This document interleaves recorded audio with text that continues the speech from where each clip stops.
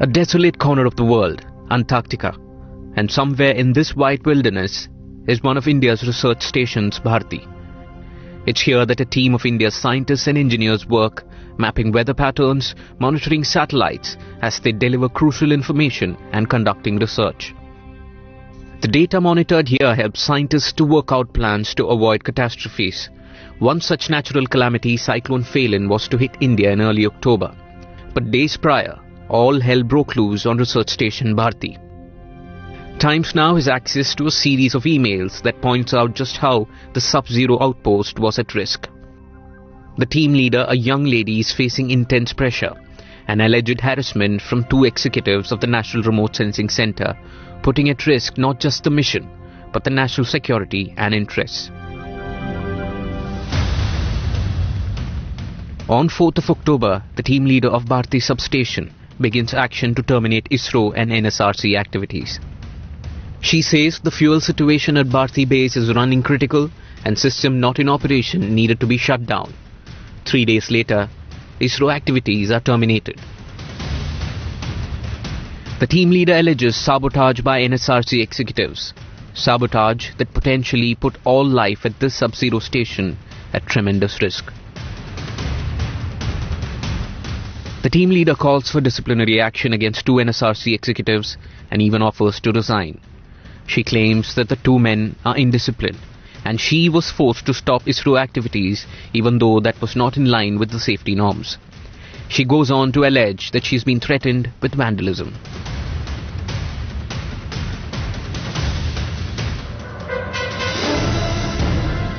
At the NSRC headquarters in Hyderabad, panic sets in, and an email response calls the team leader's decision unacceptable. NSRC says the satellite passes monitoring is generating data of national importance. It is on this data that the real force of Cyclone Phelan could be gauged. It is silent on the conduct of its own men who are allegedly accused of indiscipline. In the Goa headquarters of the National Centre of Oceanic Research, the program director warns the team leader, saying her action will be considered as vandalism and punishable under law. Once again, the bureaucrats seem to be leaning just one way. The team leader holds her ground, alleging that she was taking action as safety of the station was paramount. Remember, all this is happening not in a cozy office in a high-rise, but in a hostile environment where temperature hovered 30 degrees below zero. A young team leader allegedly traumatized, claiming she's forced to take drastic action. As the station Bharti is caught in this flare-up, the bureaucrats in Goa ordered the suspension of only the team leader.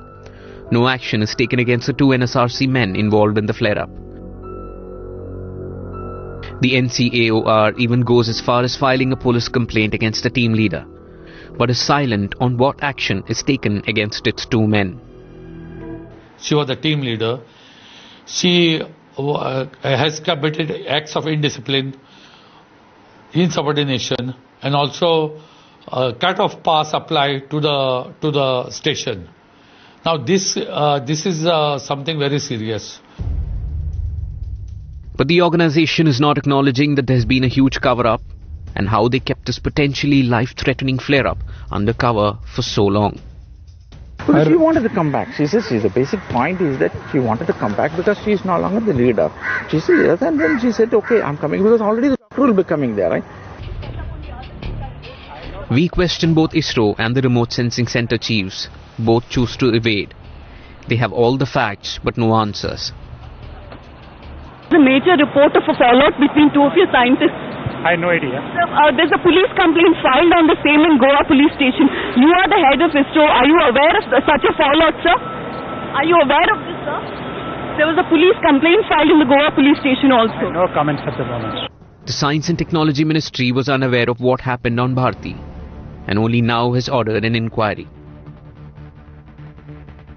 I have heard of some problem during the mission.